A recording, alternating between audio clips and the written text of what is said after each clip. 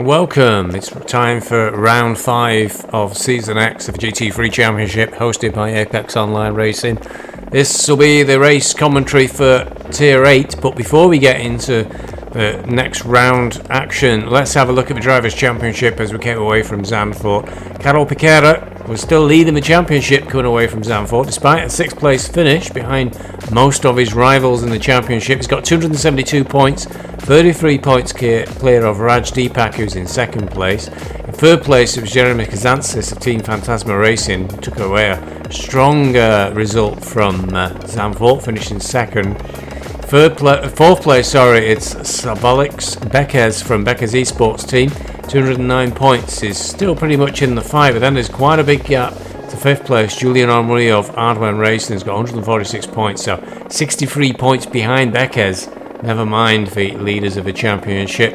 6th place was Jits Vinteris, who had a victory at Bathurst in round 3 but failed to finish at Zandvoort, so bit of a disaster for Vinteris. Will he be able to make a bit of a comeback tonight at Suzuka? Elias Nilsson has got 7th place in the championship, and he won at Zandvoort, so a good victory, propelling him right up the championship. Stefan Blay in the 99 Porsche was a bit of a middling result, came 18th, but still remains 8th on the championship. Mike Tucker as 9th on the championship and finished 9th at Zandvoort. Urzo Wolf, we're expecting to possibly drop down the championship table after tonight's round. Is currently 10th, but he's failed to make the previous 2 rounds. So despite strong results in round 1 and 2, it's a good possibility he's going to drop away from the rest of the leaders. Looking at the Teams Championship, Team Phantasma Racing are leading the way with Jeremy Kazantsis and Team Nick Kristalidis on 244 points. Close behind them is Bekes Esports Racing Team. Sabolix Bekes on his own there, managing to secure 2nd place. Ardwen Racing are in 3rd, Matthew and Julian Henry, 191 points. With WRC FSR Racing with Sherlin George and FSR Frank Forrest pretty close behind them. PAS Sim Racing Team, Camille Becchia and Serguiz Kazmarek are in 5th place. RevSport International with Adam Benjamin are in 6th. Visually Impaired Racing, everybody's hero Blind Guy Morphy and Paul Whitburn are in 7th. Beeswax Racing, myself, Stevie B, Beeswax Racing himself, and Viking Rat are in 8th place. I'd like to justify our 8th position in that I wasn't able to race the first 2 rounds, so we're hoping to get more points and move up the board very soon. Hexagon Nation, Casper Bjork on his own is currently rounding up the Team's Championship. Track conditions for Suzuka are not looking good as we cut to the race following qualifying. The conditions are wet, it's pouring down, the air temperature is 19 degrees and the track temperature is a lowly 23 degrees. Question will be, will the weather change during the duration of the race, or are we going to set in for rain all the way to the finish? Let's find out soon. Let's cut to the action as they prepare to set off for the 60 minutes of Suzuka and round 5. So here we are for round 5 of Season X of the GT3 Championship. Leaders just forming up for the start now. Vinteris qualified on pole, Kazantsis was 2nd, Majikchi was qualified in 3rd, Miller qualified in 4th, getting a good result this time round on qualification. El Magdoub qualified 5th, Nilsson qualified 6th. All the usual names we've got used to from Tier 8 for Season X, and they're approaching the lights now. Vinteris just edging ahead there, quite some distance on Kazantsis. Now the lights turn green, and Vinteris opens up a lead pretty much straight away. He's going to be able to hold on to that for the first lap. So Piquera, we'll jump to Piquera in the middle of the pack, see how the middle of the pack do. Round turn 1, okay for this, but no, there's a clip there on one of the Henry brothers who's rejoined. And then there's another collision, and Henry, and looked like, what was it? It's Koenig, wasn't it? Koenig was off, I think, there with Henry. Meanwhile, the middle of the pack's got him through okay. A bit further back.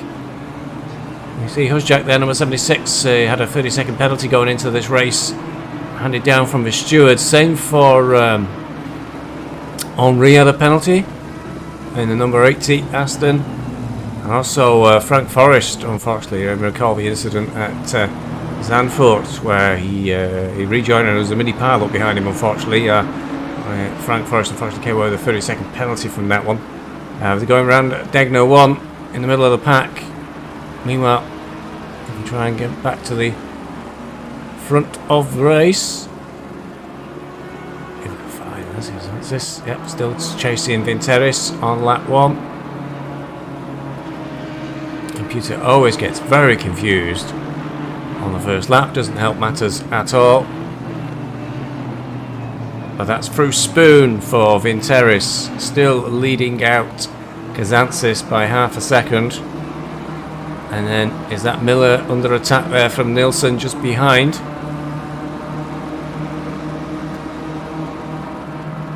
Further down the field, less of the race coming down through 130R. And towards the rear end of the field. Oh, it's coming together there between Husjak and myself. Beeswax Racing going through 130R. Cars going off. It was a really big, strange manoeuvre there from Henri. Went heavy into the wall. So Henri will definitely have to go into the pits from that as the rest of the cars recover. And rejoin the racetrack, but right down at the back of the field. Out front, Vinteris led across the line. Qualified on pole, led out on lap 1. Now got a lead of 0.8 of a second over Kazantsis, but it does look like Kazantsis is closing up there as go through the S's. Then a little bit of a gap to Miller reading up the rest of the pack.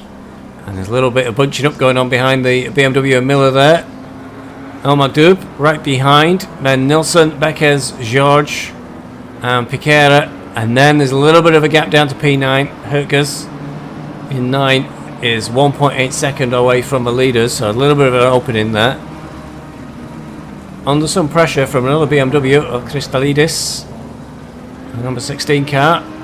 As they go through Degner 1 and Degner 2. Going underneath the crossover. And down towards the hairpin. 3 wides there, going into the hairpin nearly. Difficult track to pass on Suzuka. Not many opportunities in the GT3 class to get through. And Terrace now trying to lead away and escape the attentions of Kazantsis behind him. Goes through Spoon and onto the main back straight.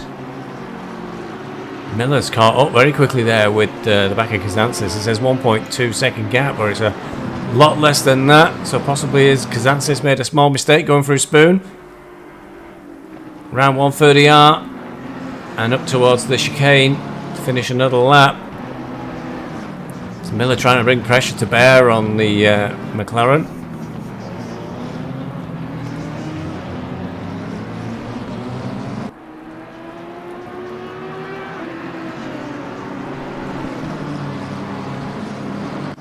Over the start-finish line.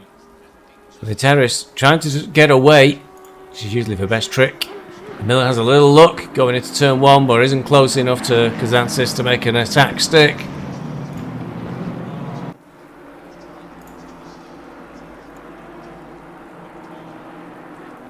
Miller catching a little bit of grass there, has dropped back from behind Kazantsis. Small mistake.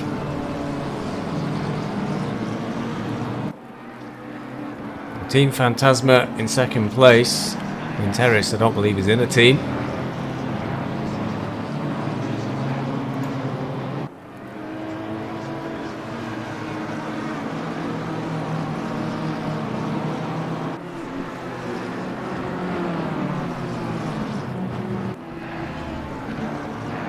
So through Degner 1 and 2 for Miller. Trying to catch back up with Kazantsis again. But he's now got Nilsson breathing down his neck, not too far behind, just 0.7 of a second. Maybe he can do a bit of late braking into the hairpin, close that gap up, and it does look like he's got that to work. So the McLaren close behind the BMW now. A lot of shifting of position going through the hairpin, because going into the hairpin, Beckes in the number 25 BMW was right on the back of Nilsson, but coming out of the hairpin, a little bit of a gap has opened up. Oh, but Nilsson very, very wide then going around Spoon.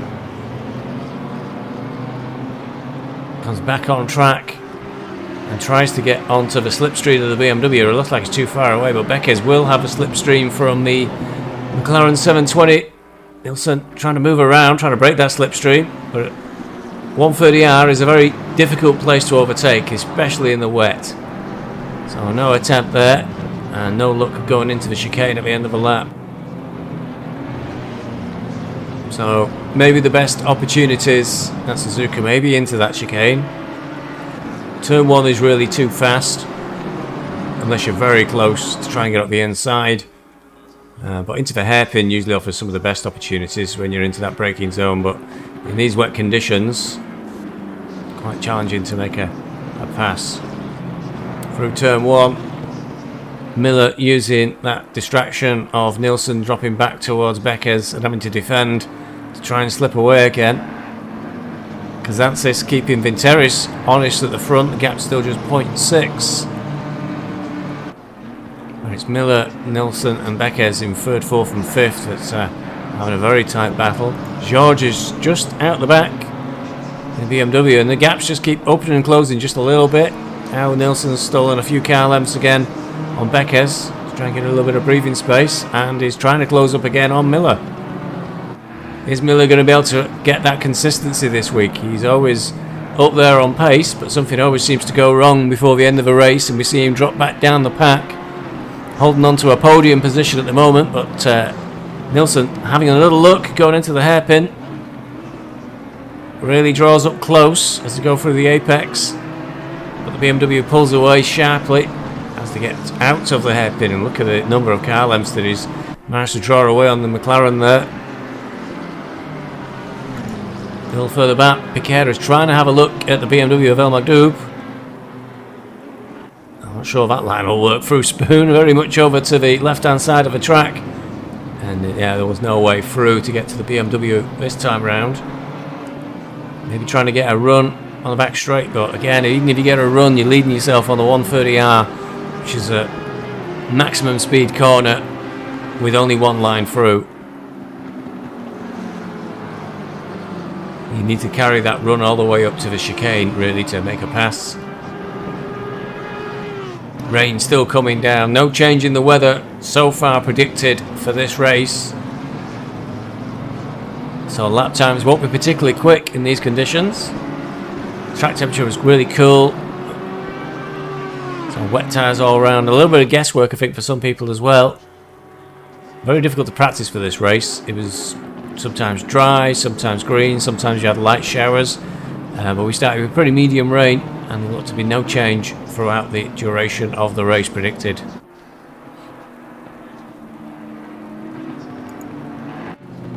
One of the Henrys, Julien Henry, just close behind Whitburn in the Bentley. Bentley used to be a masterful car in the wet, but it's been a little bit nerfed apparently throughout the updates to ACC.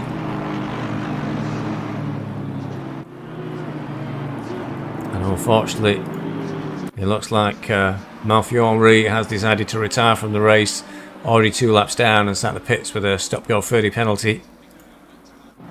Thomas de Jong must have had a difficult start to the race. He's also trailing quite some way behind the rest of the pack.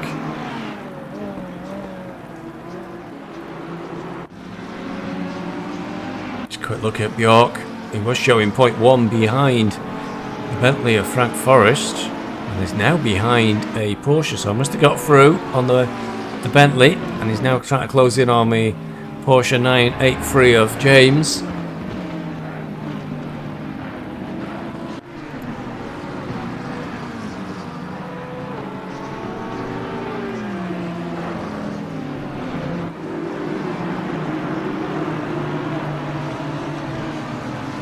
Tries to have a look there through the hairpin, tries to get the inside of the Porsche, but Porsche pulls away. Did catch a bit of curb there, that will have slowed it down, and that's created an opportunity. And I think that may well be Bjork taking another position there. Bjork through to 26th place, pushing down the Porsche, and the Porsche's gone a little bit wide on Spoon, and looks like Frank Forrest is trying to have a look at the inside as well. Is it going double whammy for the Porsche? side by side as they come down the back straight, but then the Bentley tucks in behind. We've got Uros Husjak having a look behind, and then the 833 Ferrari of Beeswax Racing. Long chain of traffic now. Porsche's managed to stay ahead into the chicane, sits in the middle of the road, try and cover off the apex from an attack from the Bentley. It's through towards the end of another lap.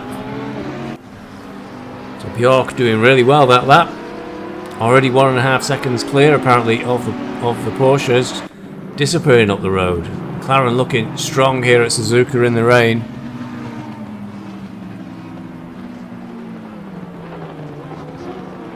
Slightly defensive line from Frank Forrest as Uros Husjak is behind him into turn 1.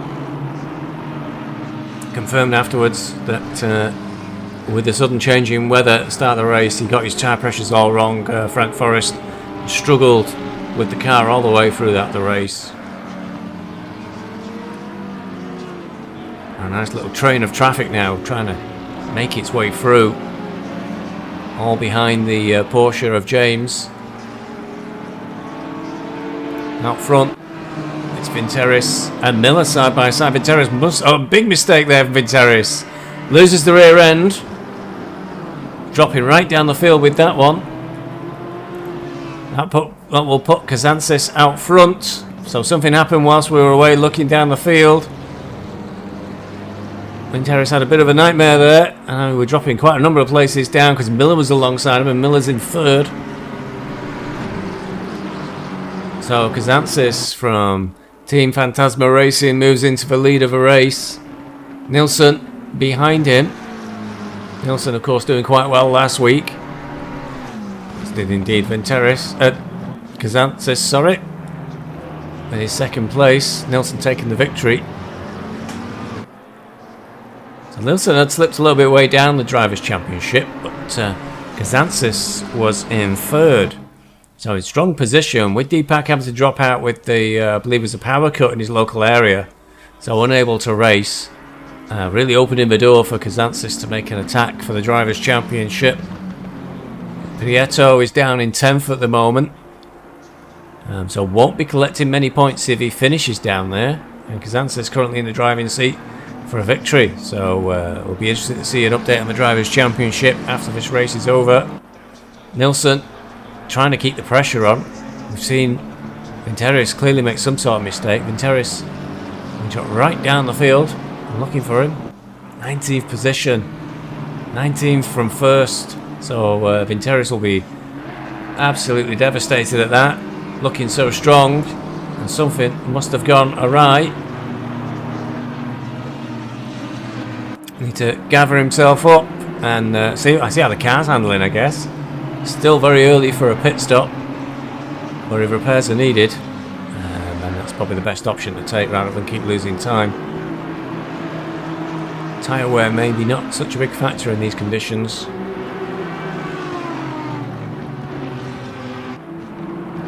So Kazantzis still leading out with Nilsson still breathing down his neck. And just coming round, just spoon curve, and they back straight again.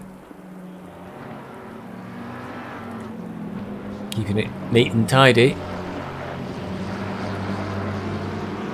And it might well be the first, which one of these two is the first to blink and make a mistake. Miller just a little bit behind, 1.4 seconds. But quite a comfortable gap behind Miller now to Beckers.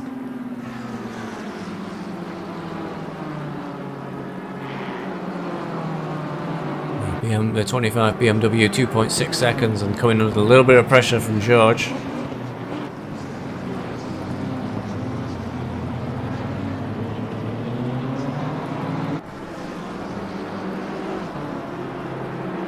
Again, the front of the race really dominated at the moment by McLaren and BMW. There's one Audi in the mix. Piquet has moved his way up to 6, so may not be aware that Kazantzis is at the front of a race, threatening his championship lead.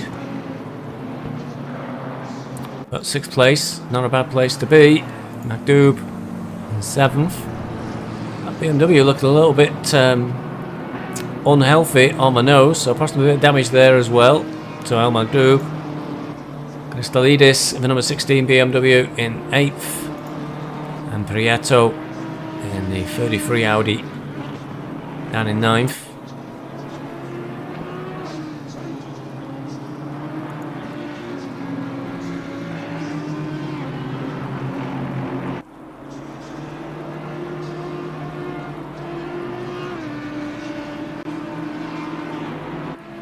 What's going on this race? Murphy up in 11th position. Don't tell me he didn't get rammed at the start of the race. He won't be liking that at all. It'll be breaking with tradition. The other tradition is usually when I cut to him is when he has a spin, but not this time. Through Degner 1 and Degner 2 up towards the hairpin. The other Aston Martin of Willis trying to have a look at the inside, but nowhere near close enough. Out of the hairpin. Under a little bit of pressure from Willis. Last sector gap was 0.2. Somebody pointing the wrong way there on the track. Didn't quite catch who that was. Somebody else has had a big mishap. Went a bit wide there, did Murphy, and that's given Willis the opportunity to get right onto his bumper.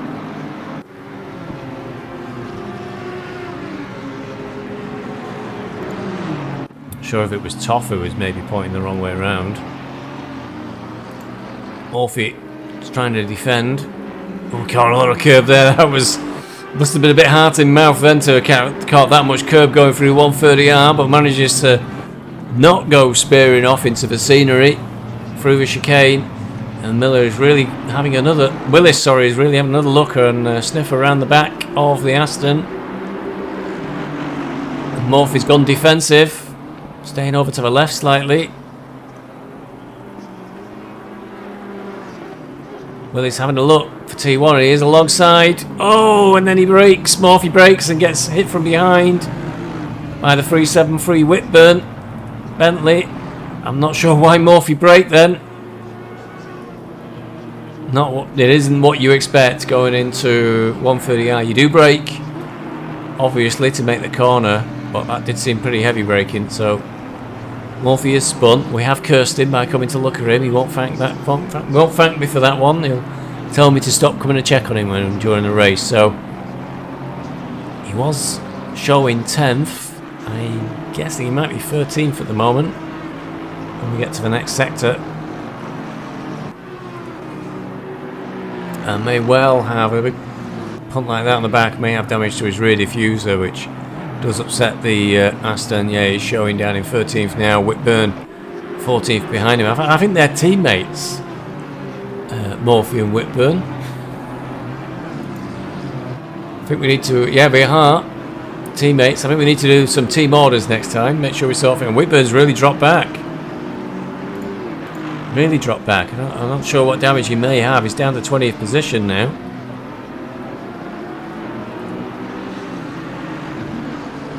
So not a great result for Whitburn there, following that collision with Murphy. Did take a little bit of a while to recover back to the track. Drama down the back of the pack, and up front, Nilsson's got past Kazantsis. Possibly on spoon because they're just coming back round to the end of the lap. Just been through the chicane. So that 0.2 gap that Kazantsis was holding Nilsson off by eventually found a way through.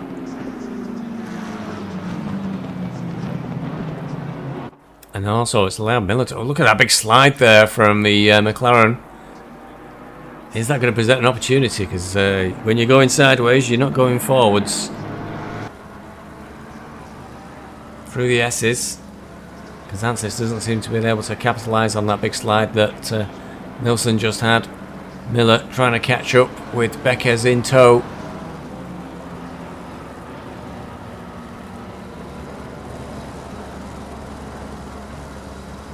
Coming out of the S's and in towards Degner 1 and Degner 2.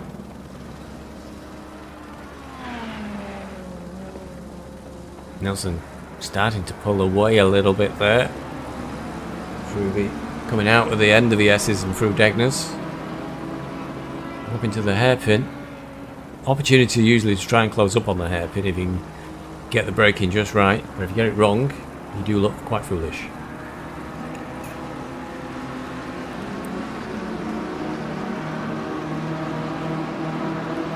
So behind Beckers is pretty close up on the behind of Miller. So all top 5 very close to each other, and then small gap back down to Piqueras, but it is a very small gap. You can just see him on the edge of the picture there behind George. And then a very, very big gap. We've got Piqueras just coming into the bottom of the shot there, so you can see that second all the way down to 6th. And then Christolidis, 10-second gap, so quite a distance there that the top 6 have pulled on the rest of the field. Through 130R and up towards the chicane. Christolidis, the other Team Phantasma Racing driver, in for a bit of a lonely race. 11 seconds ahead, but nearly 3.5 seconds behind to Prieto in the number 33 Audi, who again has got a nice buffer of 1.3 seconds over Willis. In 9th, the Henri for Hardware Racing that is still continuing in Alpine livery is in 10th. He's carrying a penalty from stewards. I think it may have been 30 seconds, I can't be 100% certain. That will be served in the pit stop. Sadly on the replay we can't get a track map, which makes it a bit difficult to keep an eye on some of the antics that are going on. We have to just simply go off the time differences. Nilsson still trying to edge away at the front of the race, taking quite a bite of the AstroTurf there, which in these conditions could be a bit of a risk to take. McLaren looking a little bit loose sometimes during braking. Kazantsis focusing on trying to close that gap up whilst keeping Miller behind.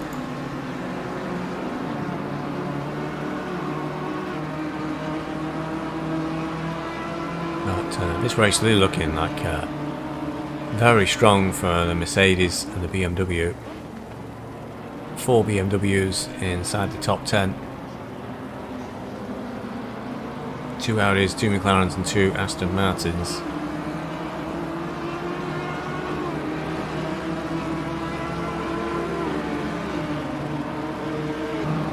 Nilsson going through 130R up towards the chicane.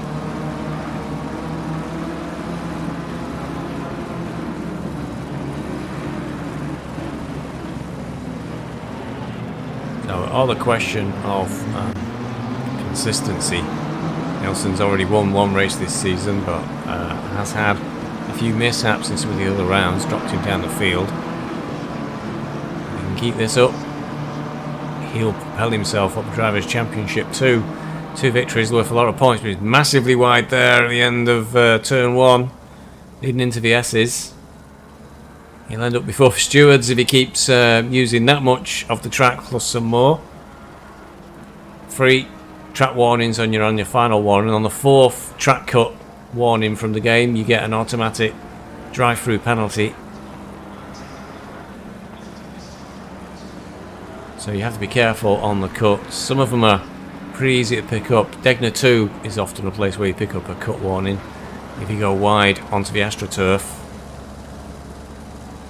So Nilsson has to be careful and has picked out a gap of 1.6 seconds. So must be doubly careful. Looks like he keeps it on track there.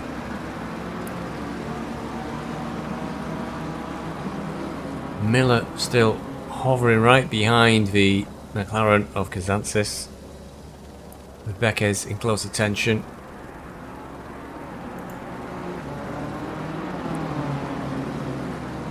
Prieto and Willis here, I think have exchanged places. I think Willis has gotten through. Prieto looks pretty wide there. Willis was in 9th, wasn't he? And he's moved a long way up.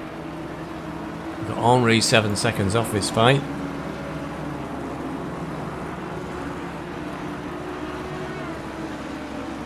those that are aware, when I've done highlight shows in the past, I've edited the race and found all these fights.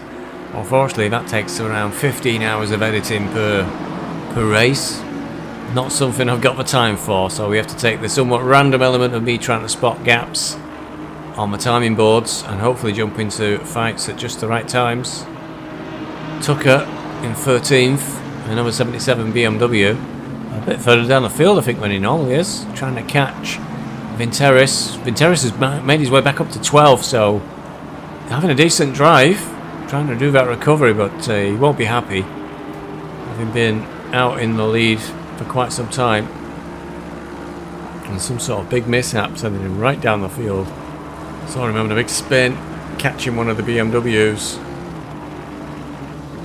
I'm not quite sure he was in full control of his vehicle when it happened. I'm not sure you could blame Vinteris for that. He was just losing it in the rain.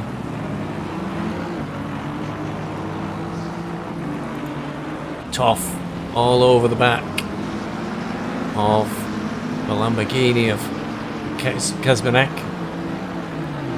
Kazmarek from past sim racing team. Toff trying to have a look down turn 1, but not close enough.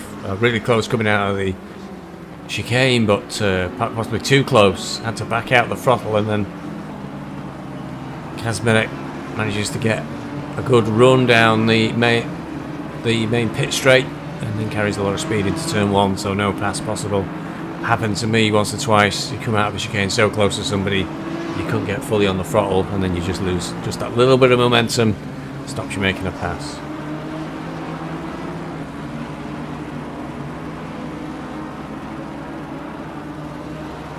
That Aston looking a little bit loose then under the throttle. Got Whitburn behind him in the Bentley, trying to come back from that mishap when he caught Murphy. Toff looked very wide then, going through Degner 1. He's lost a bit of speed, and Whitburn's really closing in on him, coming up towards the hairpin. Ooh, that's a strange move there. Toff went to the left, looks like he caught a bit of grass and then corrected, so maybe a little bit of lag potentially.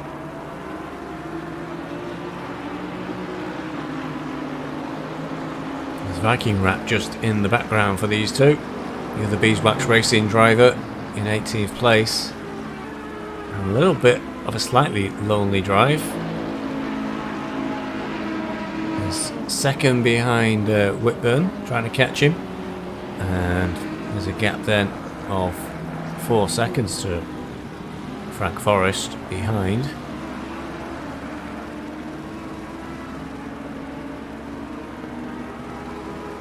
Nilsson now easing away from Kazantsis, the gap 2.6 seconds.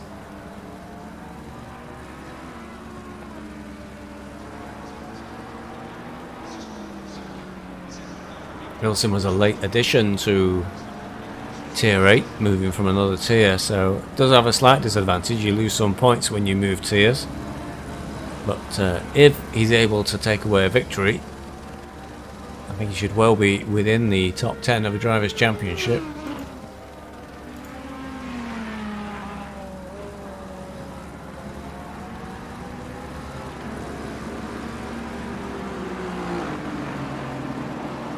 Kazantsis behind, slowly slipping away from Nilsson, or isn't it? Oh, went very wide there on the hairpin, gave Miller a little sniff. I don't think it's enough. And McLaren too quickly away. Maybe that wide angle allowing Kazantsis to get on the throttle earlier and try and pull away. Miller's having another close look as they go through Spoon. McLaren look a little bit loose at the rear end, but now exiting Spoon onto the back straight.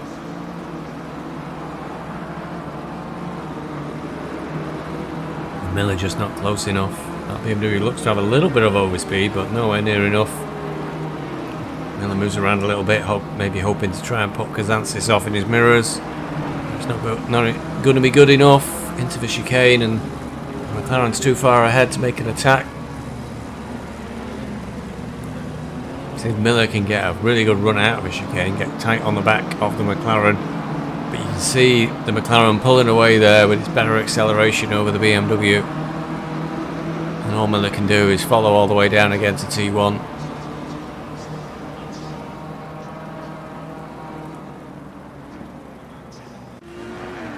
Whitburn trying to close right up in on Toff. They go through 130R. Oh, that's way too wide. Whitburn, it's a bit naughty to take that line. You will get a cut warning if you keep doing that one too much and get an advantage. But looks like he kind of held station, so probably just got told off without any significant penalty. But into the pits goes Toff, opening the way for Whitburn to try and maybe do some fast laps, do an overcut. Viking wrap in the background.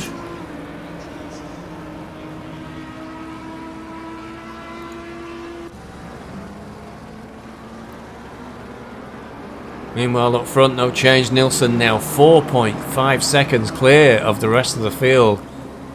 So Nilsson definitely easing away from everybody rather than Kazantsis, I think, going backwards. I think Nilsson's just going too quick for everyone.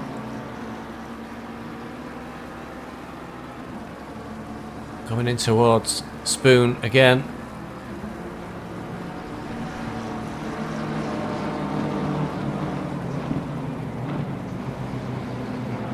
Round onto the back straight.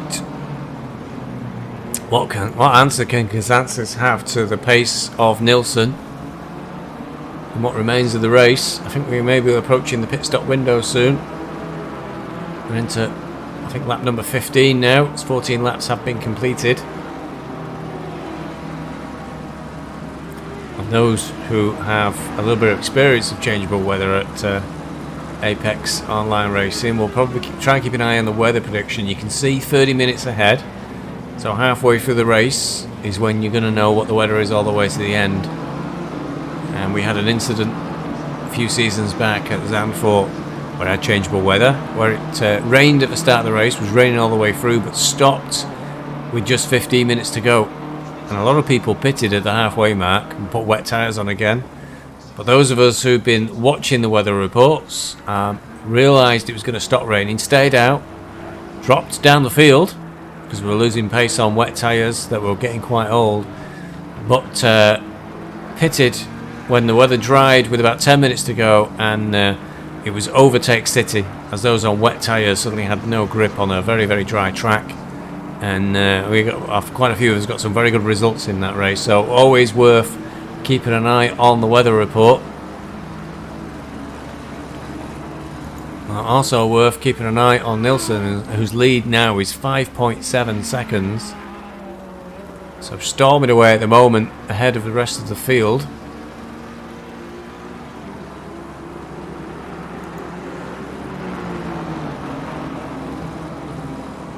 I do believe we're about to start the pit stop phase for the leaders.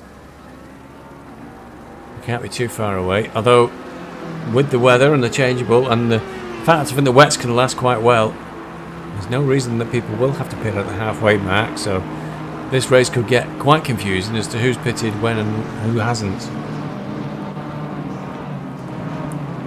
But the gaps up and down the field pretty much open up a little bit. There's some areas where it's just half a second. And it kind of tells you a story of it's quite tricky to overtake here at Suzuka. Drivers getting stuck behind each other.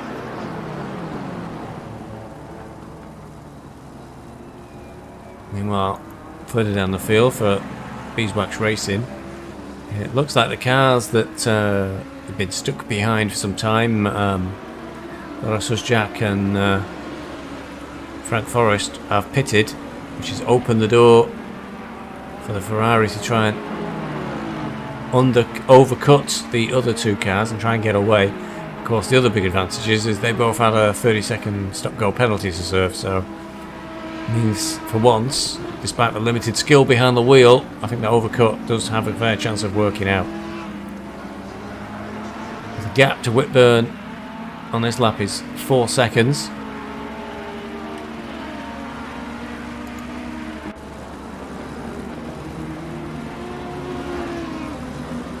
About the same gap that Nilsson has over Kazantsis as he comes out of the S's and up towards Degner 1 and 2.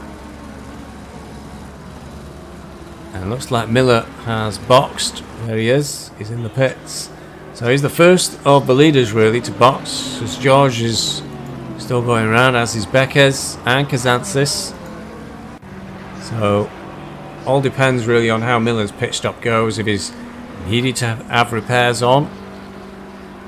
Certainly I know I elected for my race to not bother with the repairs. Didn't appear to be affecting my pace, so saved myself a few seconds in the stop. Miller's away. It's all really about when the leaders will pit. It could be any time. It could even be quite a number of laps away before they feel the need to come in and change tyres. Gap now for Beeswax to Whitburn is only 2.9 seconds, so that's about one lap. It's come down by a second, so quite an upping of pace once the Ferrari's gotten clear of traffic. So hustling along at a fair old rate, and there's Whitburn already in sight. That gap was 4 seconds just 1 or 2 laps ago, so really caught these two up very, very quickly. Look how slow they appear to be going through the hairpin compared to the Ferrari catching from behind.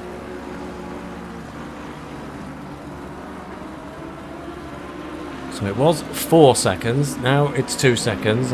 What's going to be at the next sector? Going towards Spoon. Seems to be visibly coming down the gap, and that looked like Kazmarek went a little bit wide there as well, going through Spoon just up ahead.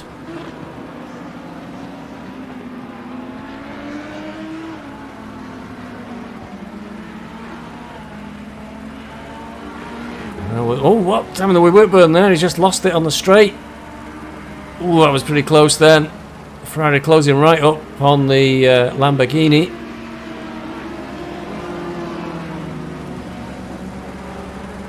Poor old Whitburn having a bit of a nightmare race. Recovers, gets going again. I don't know what happened there. He just seemed to lose it on the straight and end up going in towards the barriers.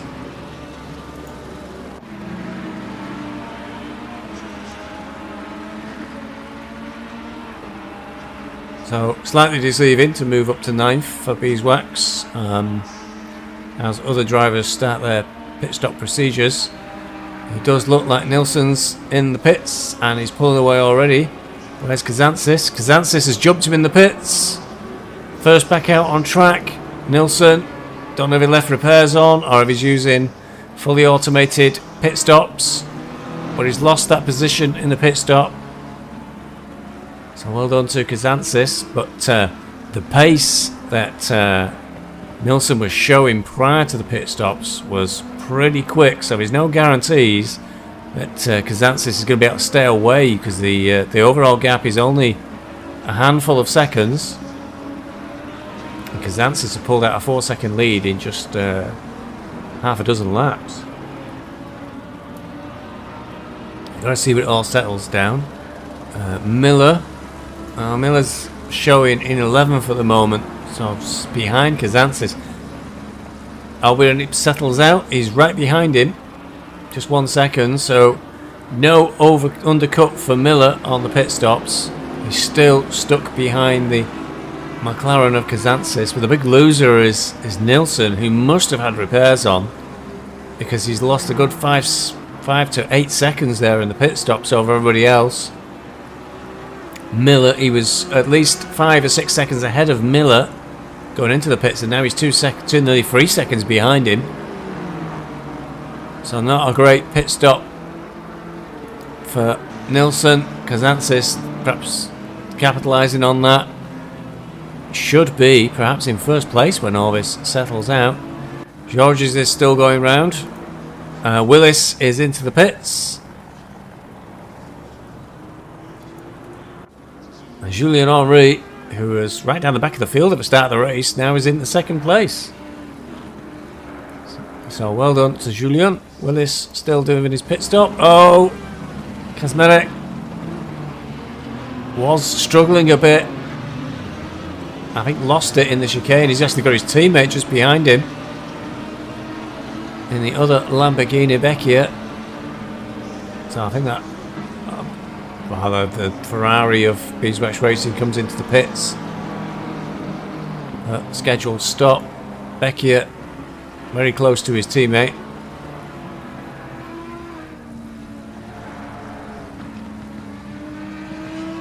I'm not sure where Becchia is overall. He's showing 4th at the moment, so I would imply he's not yet pitted. So both of the Lamborghinis to box still, so no real reason for Kazmarek to let his teammate through, because they are still kind of racing each other. And I don't know if there's a team manager who's going to give them team orders.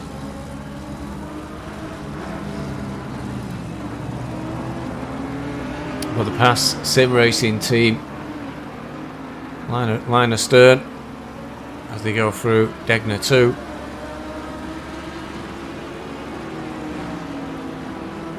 Kazantsis right behind them, so the leader is closing in. He's will have served his pit stop, of course, Kazantsis, and if these two haven't, then you know he'll be crossing his fingers, Kazantsis, that they do pit very, very soon, because he doesn't want to try and fight them. They are technically on track behind him, although there were no blue flags waved, and technically no reason for either of these cars to get out of the way of the McLaren.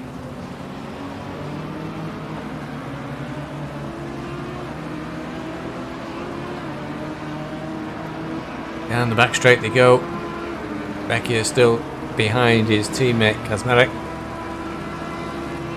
Through 130R, Miller in the background, possibly hoping that what are technically two back markers may interfere with the race and provide him an opportunity.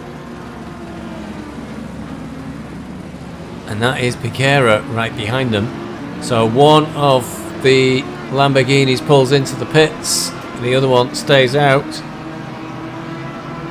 So Pass Sim Racing team. Oh, he's going to brave it. It's a dangerous place to try and make a pass. It's Becchia who stayed out. He's gone pretty wide there coming out of turn 1. But he's got the inside as we go into the S's. Miller's closed right in on Kazantsis, with Piquera, who's currently leading the Drivers' Championship, right behind them. So Becchia may not realise it, but he's got quite a strong possibility of influencing the Drivers' Championship for Tier X. Getting pretty close to each other. Miller's right in the bumper of Kazantsis as they go through towards Degner 1. Meanwhile, Becchia, I think, has scampered a little way off down the track. I can't... no, there he is. I thought he might get off for a second. He's got that far ahead. So I think looking in his mirrors may have backed up Kazantsis, Miller and Piquera into each other through the hairpin. Kazantsis will be chewing his steering wheel off, hoping that Becchia does box at the end of this lap, because it's proving very difficult to get past, and that's causing him to get backed up into his main rivals for the victory in this race. A little bit of gaps opening having come out of the hairpin through Spoon. Kazantsis still looking for a way past the Lamborghini. Miller's just on the edge of going wide there, but was on the track and will have had enough speed. Piquera's still trapped behind him. Kazantsis not crazy enough to try anything through 130R. Becchia through into the chicane. Is he going to pull over to the right and clear the way for Kazantsis, or is he going to have another lap? It's another lap, so Kazantsis still stuck behind Becchia. Drive through for Kazmarek behind Lamborghini. That must be the track cuts. So the other Pass Sim Racing car going to drop right down the field. Was in 22nd after that pit stop, so a long way down the field. But with that drive through, it's going to drop right, possibly towards the back. Up front though, Becchia has got Kazantsis back on his tail again, right on his rear bumper.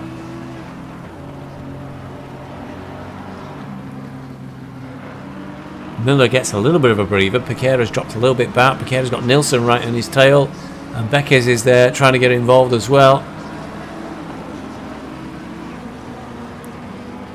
Out of the S's, up towards Degner 1 and 2.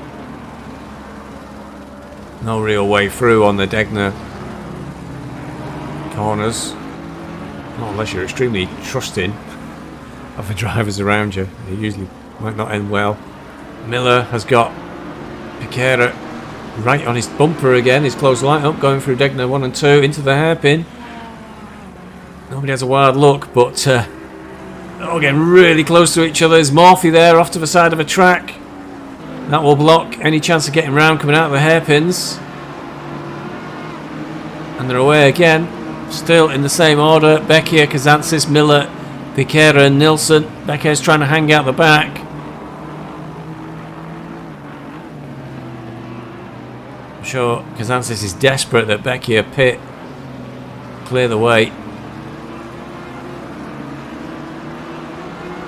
and allow him to try and get away from Miller, who's been close behind him all the way through this race. Piquera will probably be pleased he's in this position. He should secure him enough points, possibly, to defend his championship position. Only 2 rounds to go after this, so it's getting pretty close to the line. So if you get a lead now, you've got a good chance of holding it all the way to the end. And Becchia does stay out again. Kazantsis' heart rate may have gone just a little bit higher. He's closer than ever though, as they come in towards turn 1. And he's gone for it. He's gone up the inside, and Becchia's back right out. Miller's gone through too. Not sure if Becchia's realised he's perhaps not a factor in this fight because he's got a box. But behind, Piquera went a little bit wide, and Nilsson's trying to have a look. Back behind, Becchia's gone off track. Morphy comes through. So suddenly Becchia tumbling down the field there. Nilsson didn't find a way past Piquera, but Kazantsis can breathe a sigh of relief that Becchia, and now Morphy's off as well, but Becchia has dropped out of the picture. A massive influence there on the race almost, and the Drivers' Championship. Kazantsis clear. He's going to really try and push now, I imagine, to try and get away from Miller.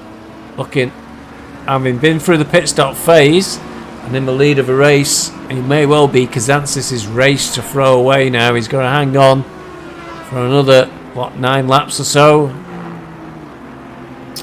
We'll find out shortly. And he is starting at 0.8 of a second already, the gap to Miller, once Becchia was cleared.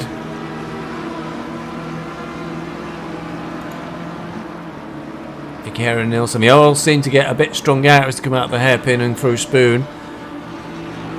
Then down the back straight and through the chicane, they all seem to group up again, together again. Piquera having another look at Miller. 922 Audi trying to catch the 58 BMW. Just up ahead of Kazantsis, that is probably Henri and Georges who have... No, it won't be, there's a big gap. It might be Henri just ahead, but Georges is nearly 30 seconds clear. Oh, that's pretty close, and Nilsson's having a look at the inside of Piquera. They all avoid each other, but he gets a wiggle on. The Audi's lost the rear end slightly, and that might be all the opportunity Nilsson needs. They're going to be side by side all the way down the start-finish straight. It's going to be who's going to be last of the breakers into turn 1. The Audi's got a slight edge on the McLaren in terms of acceleration, and I think he's going to be clear enough to get through turn 1 safely. So Nilsson had a little sniff of an opportunity, but it looks like Miller's had a mistake just ahead while watching those two. He's very slow then coming out of turn 1, and Piquera's on his bumper. Yes, this will be really suiting Kazantsis because this allows him to get away from all 3 of these as they're having a fight. Becca's, of course, in the background, hoping to capitalise on whatever may happen ahead. Piquera's trying to have a look at the inside of the BMW. There's no way through there. Audi really seeming to wriggle around a lot when he gets on the throttle. And up towards Denga 1. Not normally. Oh, Miller really slowed down then. Really slowed down. And they've all lost it. They've all gone off. Apart from Nilsson. Nilsson went through. Miller really slowed on the apex of Degner 1. And Piquera was so close. Just went into the back of him. I think Becca's spun in sympathy. So it's all gone wrong. Miller's back on track. But I think Becca's is ahead now. Following that mishap. That'll be a fun one for the stewards to try and sort out if it makes it that far. A big drama there on lap 24. Kazantsis will be probably unaware of most of that. He's just comfortable to have a 2.5 second lead now. And it won't be Miller who's behind him. It'll be Nilsson. So the way open for Nilsson there. Kind of the seas parted for him. You can see the gap there as Kazantsis goes through 130R. And given the difference in pace, Nilsson's got to fancy his chances of trying to catch Kazantsis and trying to get past him before the end of the race. We're into lap 24 now, I think. About to be commence lap 25. So there's not long left in this race for him to make the difference and try and catch up to the McLaren, the number 28 McLaren of Team Phantasma Racing. Is Becky back in the mix? Becky is up in the 5th. I've assumed he's not done his pit stop yet, especially the way he kind of jumped out of the way of the other cars coming through. So still in the 5th. Becky's in 6th. With Miller close behind. George is just still hanging on, George. Going through 130R. Cannot have made his pit stop yet. But it's a little bit hard to judge how far ahead he is of Kazantsis. So Kazantsis is just going through Degner 1 and 2. So a very long lead out for George. But I'm not too sure how long the pit stop takes from pit entry to pit exit. I don't think he's far enough ahead to hold on to the lead. But you can see that gap that Kazantsis has to Henri is 36 seconds. And Henri is only just going through 130R, and George is a long way ahead of that. So George is in a strong position here to also finish well in this race. Could well be a factor. But we're still waiting on both of these drivers to box. Henri virtually stopping there, coming out of the chicane. Pulling over very, very slowly indeed in towards the pits.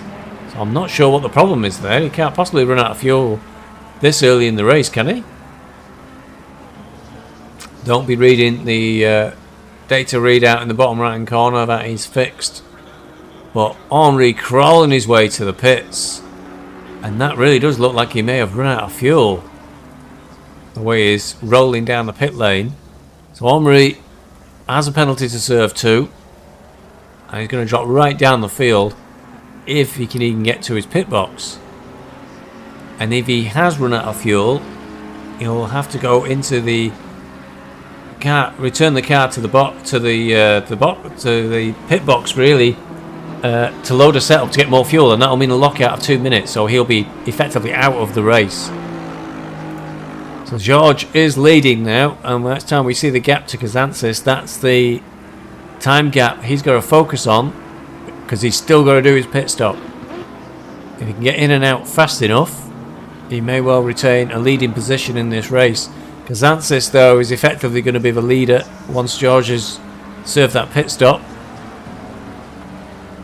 So George just coming out of the S is going up towards Degner 1, whilst Sherlin George is coming in towards the chicane. So it's about half a lap's lead. We're at 24 laps in. He doesn't box this time either, keeps on going. The gap from Kazantsis to Nilsson as Kazantsis goes through the hairpin is 4.8 seconds. I'm not sure that gap's come down much really since the chaos just a few laps ago. Beckier is still hanging on, but I'm pretty sure Beckier hasn't pitted either. Beckier's in 4th place, which will effectively be 3rd, possibly, depending on where George comes back out on track.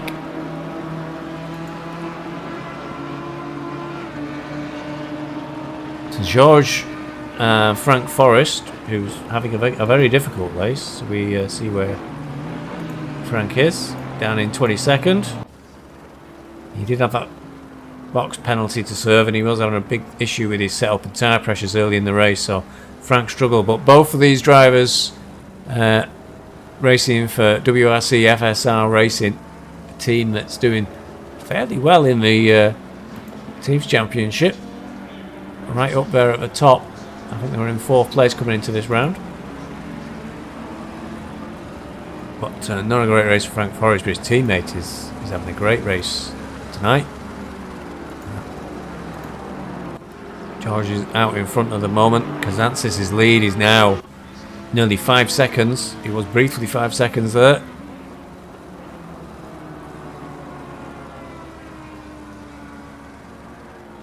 Coming through the S's. Nelson just not too far away, but far enough to be comfortable. Beckes has also dropped back now. Is 4.8 second gap to Nilsson.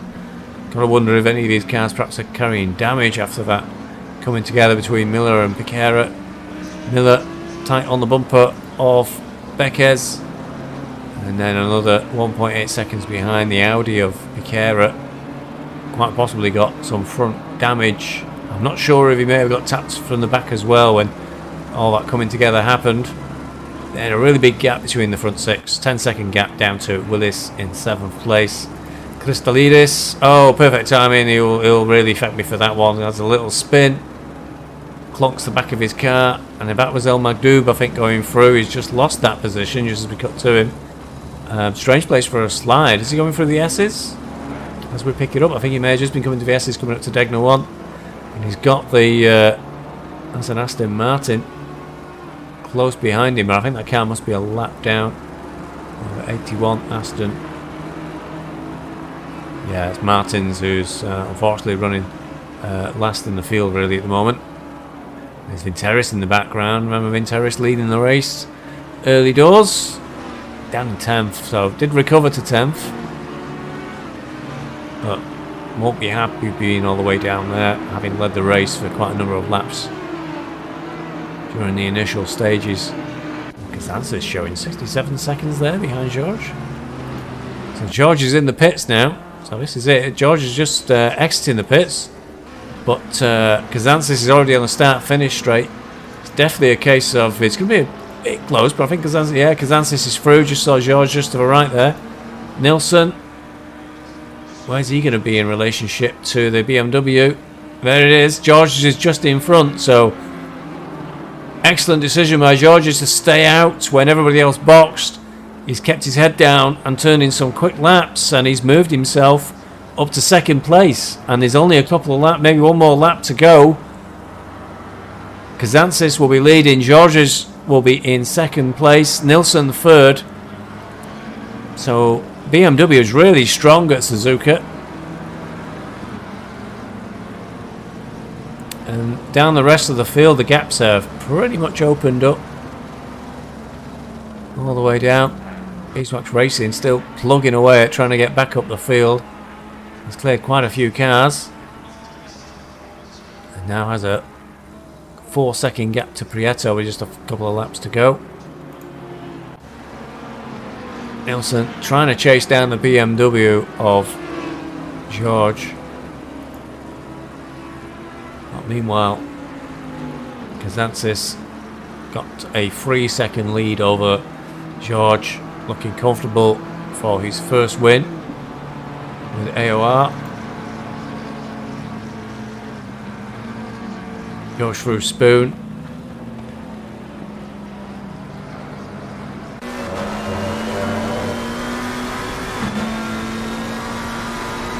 Just see the opposition in his rear view camera as he goes through 130R. Up towards the chicane.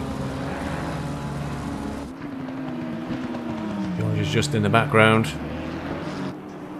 Nilsson possibly trying to throw everything, including the kitchen sink, trying to catch up with George, but I don't think he's working. It's still a 1.3 second gap, so I think it's opened up a bit.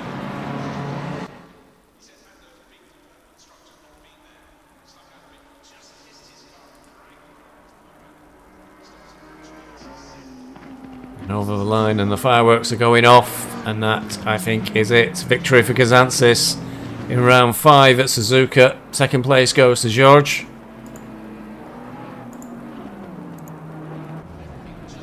And third place toward Nielsen, who pulls over. And there you go. And just to show you it's worth to keep plugging away, Prieto had some sort of issue on the last lap, so Beeswax Racing 833 managed to capture another place right on the last lap. What happened to Prieto? But he won't be happy with losing a place with just one lap to go. And that concludes the action for Suzuka round 5 of the 7-round Season X. Only 2 rounds to go. Laguna Seca next time up, and we'll see how that one goes. And there we go. That concludes the action at round 5 at Suzuka for Season X. Let's have a look at the official race results. Jeremy Kazantsis came across the line in first place for Team Phantasma Racing, taking away maximum points both for himself for the Drivers' Championship and for the team. Sherlyn George came in at second place for WRC FSR Racing. Elias Nielsen managed to hang on to third in the end. Sabolix Beckers from Beckers Esport team managed to finish fourth. Maurice Miller, after that bit of a disaster towards the end of the race that we witnessed, finished in 5th. Carol Piquera, who was leading the championship going into this race, finishes 6th again at Suzuka, taking away just 60 points. So we'll find out shortly if he's been able to hang on to his lead in the Drivers' Championship, or if the succession of 6 places has cost him the lead. Mike Willis of a 280 Aston Martin finishes in 7th. Ibrahim El Magdoub finishes in 8th. Carlos Delgado finished 9th, and Mike Tucker came across the line in 10th place. Nick Christolidis, also of Team Phantasma Racing, came in 11th place. Stevie B, myself from Beeswax Racing, I finished in 13th, taking that place away from Prieto on the very last lap. Viking Rat, the other Beeswax Racing driver, finished in 16th place, and Casper Bjork from Hexagon Nation finished in 17th. Looking down at the second half of the field, Camille Beckier from Pass Sim Racing team, remember all the excitement with Beckier mixed in with the leaders, eventually finished 20th place for Pass Sim Racing. The other WRC FSR Racing driver, Frank Forrest, finished down in 23rd. Blind Guy Murphy in the end finished in 27th position for Visually Impaired Racing. Julien Henry for Ardwen Racing finished 32nd. On the last of the finishers that were on the track, and unfortunately we saw Matthew Henry pull over into the pits quite early on in the racing. He finished down in 35th. Oh, and Paul Whitburn, who's missing his team details there. Paul Whitburn finished in 24th for Visually Impaired Racing. And I think the most important thing for Paul to take away from this race is he beat his teammate, Blind Guy Murphy, which is always important. Moving on to the Drivers' Championship, and it is confirmed Jeremy Kazantsis has moved into the lead of the Drivers' Championship with a combination of a 3rd place in Misano, 2nd place in Zandvoort, and victory at Suzuka, giving him a real good haul of points. He's only 9 points clear though of Carol Piquera, so everything to race for in the final 2 rounds. A very tight battle between the pair of them. Sabolix Beckers from Beckers Esports team, he moves into 3rd place in the Drivers' Championship, just slightly adrift. 281 points puts him 45 points behind Piquera. And Raj Deepak, who suffered the disconnection or a power outage where he lives and was unable to race at Suzuka, cost him dear, slips down to 4th in the Drivers' Championship. Still in contact though. Hopefully he'll have electricity for Laguna Seca in the next week's round. Be able to get back in there in the fight. Elias Nielsen, with another good finish this time round, has moved into 5th position of the Drivers' Championship. Not really in for fight with the leaders because he's over 100 points behind, but may be able to compete with Raj Deepak now for 4th. Gintz Vinteres finishes 12th in this event and takes him to 6th in the championship. Sherlyn George, with that strong finish in 2nd place, is in 7th place for WRC FSR Racing. Mike Tucker holds on to 8th. Julien Henry for Ardwen Racing is in 9th on the championship, but finished way down the field, and the Henrys after the race in Discord were expressing their displeasure for how things have gone in regards to incidents and indicated they may not be back for the final 2 rounds.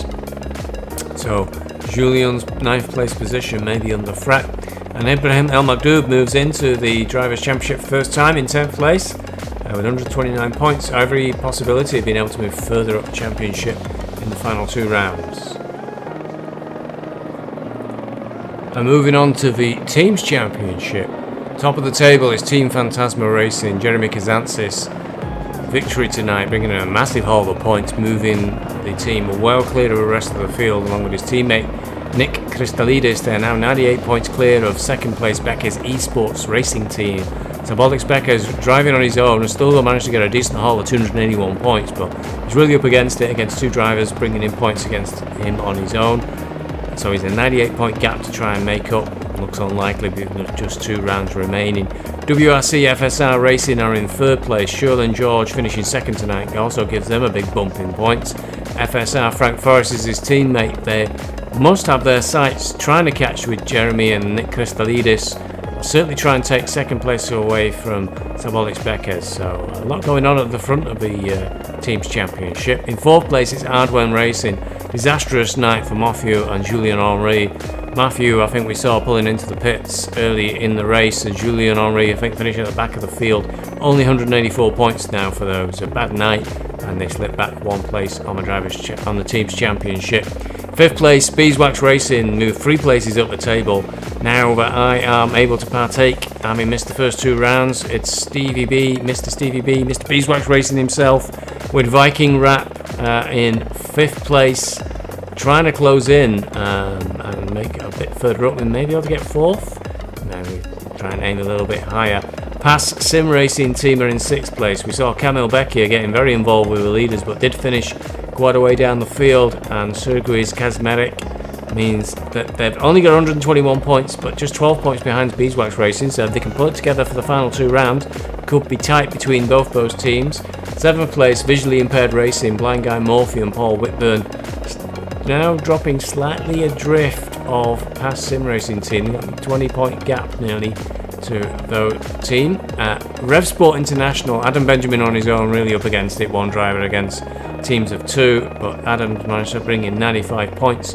And Hexagon Nation, same situation. Kasper Bjork on his own has got to 77 points and rounds out the team's table in 9th place.